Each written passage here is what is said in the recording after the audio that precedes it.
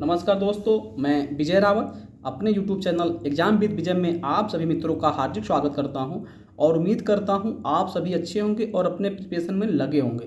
चूँकि दोस्तों आज का मेरा यह वीडियो तमाम उन साथियों के लिए है जो मुझे पर्सनली मैसेज किए थे या फिर कमेंट किए थे कि जो आज के न्यूज़पेपर में असिस्टेंट प्रोफेसर GDC यानी गवर्नमेंट डिग्री कॉलेज में राजकीय महाविद्यालय में जो वैकेंसी सितंबर माह के प्रथम सप्ताह में आने वाली है, तो इसमें क्या क्या योग्यताएं होनी चाहिए, या फिर मैं PhD कर रहा हूं, मुझे मौका मिलेगा कि नहीं मिलेगा, या फिर जो है मैं NTA UGC नेट द्वारा आयोजित किए जा रहे परीक्षा में तीसरे फॉर्मेट में मेरा रिजल्ट हुआ है, यानी only qualified for admission to PhD में हुआ है, तो क्या मैं इस पोस्ट के लिए अप्लीकेबल हूँ। तो मेरा आज का वीडियो इसी मुद्दे पे है।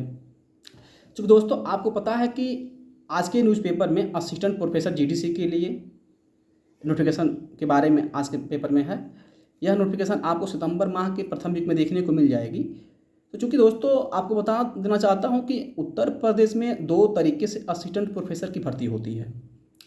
चूँकि ये भर्तियाँ दो फॉर्मेट में होती हैं, इस भर्तियों को दो संस्थाएं कराती हैं। आइए जानते हैं कौन कौन सी संस्थाएं हैं। पहला, अगर आपको गवर्नमेंट डिग्री कॉलेज यानी राजकीय महाविद्यालय में असिस्टेंट प्रोफेसर बनना है तो उसके लिए उत्तर प्रदेश लोक सेवा आयोग नोटिफिकेशन निकालता है और परीक्षाओं को कराता है। अगर आपको एडेड महाविद्यालय यानी जो अशासकीय महाविद्यालय होते हैं, जो और सरकारी महाविद्यालय होते हैं, उसमें असिस्टेंट प्रोफेसर बनने के लिए ये जो है पहले जो है उत्तर प्रदेश उच्चतर शिक्षा सेवा आयोग इस पेपर को कराता था, लेकिन अभी हाल ही में नव गठित संस्था उत्तर प्रदेश उच्चतर शिक्षा सेवा आयोग इस पेपर को कराएगा। तो चूँकि दोस्तों अगर हम बात करते हैं GDC प्लस एडेड महाविद्यालय में असिस्टेंट प्रोफेसर के लिए योग्यताएँ क्या होती हैं, तो दोस्तों इन दोनों संस्थाओं में असिस्टेंट प्रोफेसर बनने के लिए योग्यताएं सेम होती हैं। आइए हम उन योग्यताओं को देखें।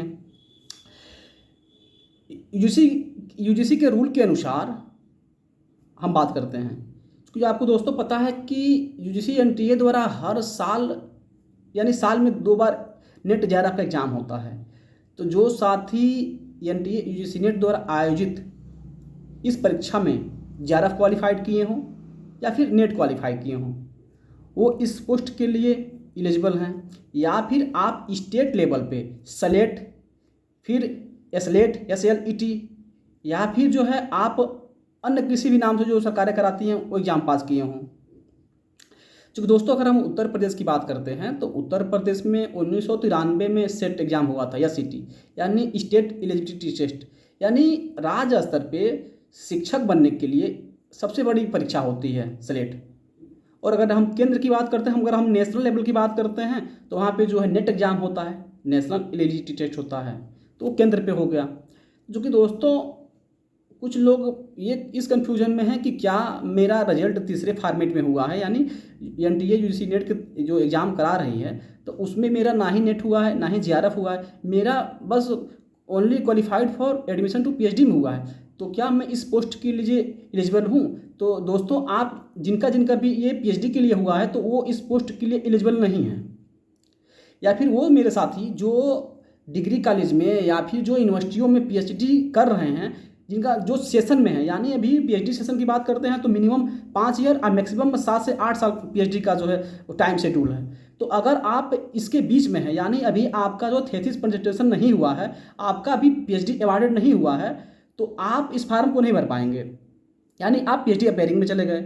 तो दोस्तों अगर आपने PhD कर रखा है, क्योंकि अगर हम बात करते हैं कि क्या PhD UGC रूल के अनुसार क्या PhD असिस्टेंट प्रोफेसर के लिए वैलिड है, तो UGC ने कह दिया है कि PhD साथी दो हैं तो असिस्टेंट प्रोफेसर के लिए एलिजिबल नहीं है। लेकिन अगर वो PhD कर रहे हैं तो कहीं ना कहीं उनको मौका दे दिया जाएगा।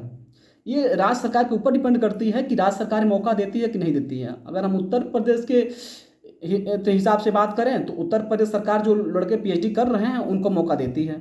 आप नेट हो, JRF हो, SLET हो, आपको मौका है। लेकिन जो साथी PhD कर रखे हैं तो उनको भी मौका सरकार देती है। तो आप घबराइए मत, जो साथी अभी PhD जिनका हो गया है उनको भी मौका है असिस्टेंट प्रोफेसर एग्जाम के लिए। ये दोनों फॉर्मेट में GDC plus aided degree college में जो असिस्टेंट प्रोफेसर होती है वहाँ भी। लेकिन दोस्तों कुछ साथी परेशान हैं कि क्या BEd MAd MPhil को भी मौका मिलेगा। तो चूँकि दोस्तों देखिए BEd MAd MPhil को इसमें मौका नहीं मिलता है। अगर हम UGC के अकॉर्डिंग बात करें तो UGC का रूल ये है कि आप 55% अंकों के साथ एमए किए हों और आप जो है नेट या फिर जीआरएफ एग्ज़ाम क्वालिफाइड किए हों, आपको मौका है। यूजीसी ये कहता है कि आप पीएचडी ना करिए, और अगर आपके अंदर काबिलियत है तो नेशनल लेवल की जो शिक्षक पात्रता परीक्षा होती है, जो नेट का एग्ज़ाम होता है, आप उसको क्वालिफाई करिए। काबिलियत है तो आप देश के टॉप 6% बच्चों में आइए और इस एग्ज़ाम को क्वालिफाई करिए, और आप जो है सीधा असिस्टेंट प्रोफेसर के लिए एलिजिबल होते हैं। या फिर आप अगर इन 6% में अगर एक टॉप 1% हैं तो आप जीआरएफ अवार्ड होते हैं। तो यूजीसी कहता है कि आपको असिस्टेंट प्रोफेसर बनने के लिए पीएचडी का करना जरूरी नहीं है। अगर आपके अंदर काबिलियत है तो आप नेट एग्ज़ाम को क्वालिफाई करिए और इस पोस्ट के लिए आप एलिजिबल हैं। तो कई मेरे साथी इस मुद्दे पे काफ़ी परेशान थे, काफ़ी जो है हतोत्साहित थे, काफ़ी कन्फ्यूजन में थे। तो मैं इस वीडियो के माध्यम से उनका कन्फ्यूजन दूर करना किया हूँ। और जिन साथियों को अभी भी कोई परेशानी होगी क्वालिफिकेशन से लेके या फिर अन्य किसी बातों को लेके, तो वो इस वीडियो के कमेंट बॉक्स में ज़रूर कमेंट कर देंगे और मैं उसको देखूंगा और मैं उसका आंसर ज़रूर दूंगा। ठीक है दोस्तों, तो आप अपने तैयारी में लग जाइए। बहुत जल्द असिस्टेंट प्रोफेसर जीडीसी की वैकेंसी आने वाली है। उसके कुछ दिनों के बाद से जो है सरकार ने बोला है कि मैं एडेड कॉलेजों का भी एडेड कॉलेजों में असिस्टेंट प्रोफेसर के लिए जो है नोटिफिकेशन निकालूंगा। तो यानी आपके सामने 2 भर्तियां हैं असिस्टेंट प्रोफेसर के लिए, एक जीडीसी में है और एक जो है एडेड कॉलेजों में असिस्टेंट प्रोफेसर के लिए। तो आप इस भर्ती के लिए लग जाइए। और दोस्तों, आप मेरे इस वीडियो को ज़रूर लाइक करिएगा और मेरे इस चैनल को जरूर सब्सक्राइब कर लीजिएगा। एजुकेशन डिपार्टमेंट से संबंधित जितने भी लेटेस्ट न्यूज अपडेट होते हैं मैं इस चैनल के माध्यम से आप सबों के समक्ष प्रस्तुत करता हूं। अगर बात करते हैं तो मैं टेट से लेके और नेट जीआरएफ एग्ज़ाम तक के जो नए अपडेट होते हैं उसको आप सबों के समक्ष रखता हूं। क्योंकि दोस्तों, मैं खुद नेट जीआरएफ एग्ज़ाम कई बार क्वालिफाई किया हूं, तो जो है मुझे इन चीज़ों के बारे में नॉलेज है और मैं आप लोगों के समझ शेयर करता हूँ। तो आप लोग मेरे इस चैनल को ज़रूर सब्सक्राइब कर लीजिएगा और इस वीडियो को लाइक कर दीजिएगा।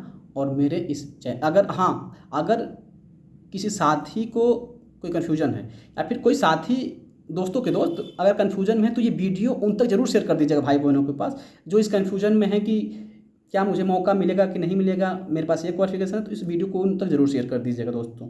ठीक है, तब तक के लिए दोस्तों नमस्कार, जय हिंद, वंदे मातरम।